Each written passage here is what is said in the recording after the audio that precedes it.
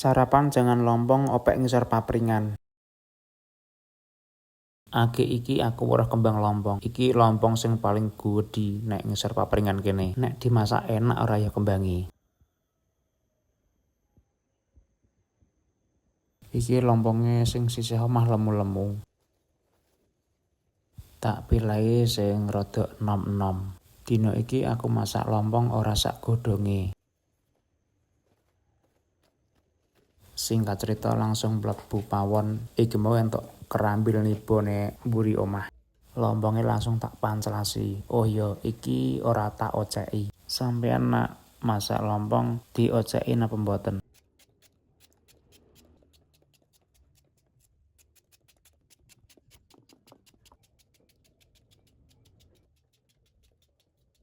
Sing mancelasi wis rampung, lanjut ocek kerambile. Sampeyan saged ocek kerambil mboten?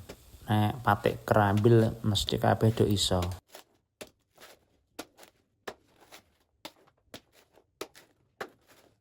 Sing paling rekoso ki nek ngoceki kulite ngene iki.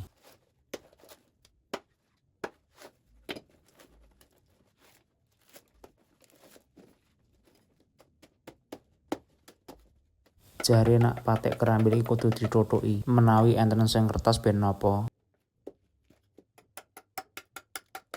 Kerambil nek tuwa tenan ngene iki patikane gampil.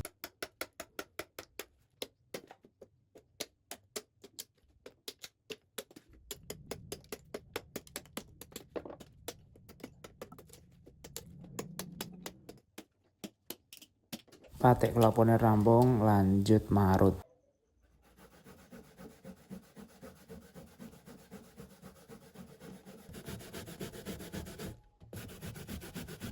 Singkat cerita parutane rampung langsung nyiapke bumbune.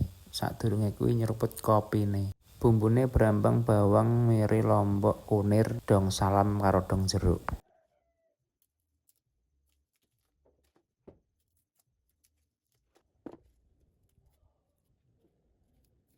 Kabeh dioceki resik terus dikumbah.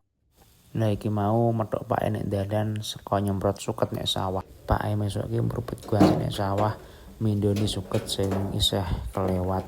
Lah iki mau malah dikeki karo tanggane entuk apa kuwi terong karo timun. Ndelalae tanggane iki pas panen. Langsung tak udal ameh tak lebokke njero ngomah. Bumbu sing wis dioceki mau dikumbah resik terus diulek.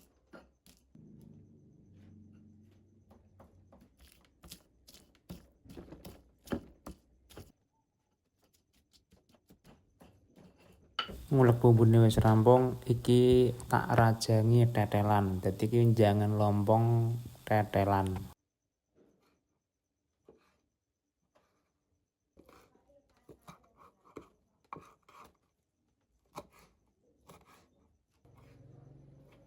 Kabeh bahane wis siap langsung dimasak nek pawon.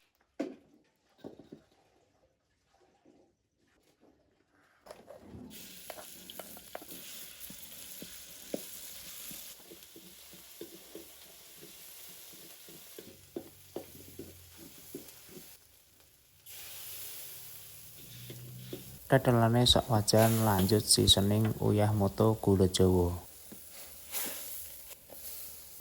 Nek wis umup mulak-mulak lanjut lomponge disok nek wajan.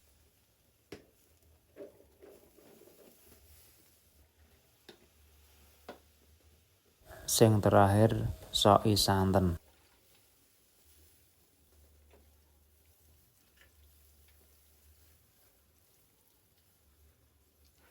Sugokke geni sik, soale masak lompong ngene iki genine kudu stabil, apa meneh ning pawon ngene iki.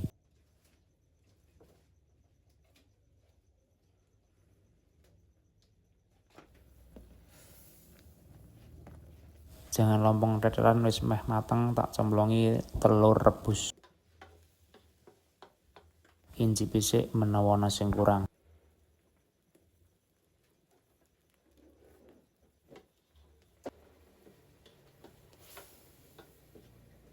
Wis mateng gage-gage maem.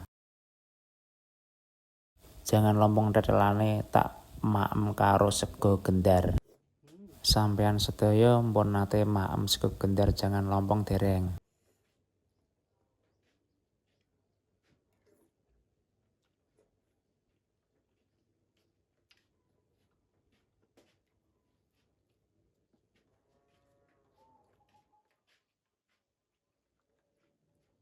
Matur suwun sing sampun mampir teng video kula tak lanjut maem rumiyin.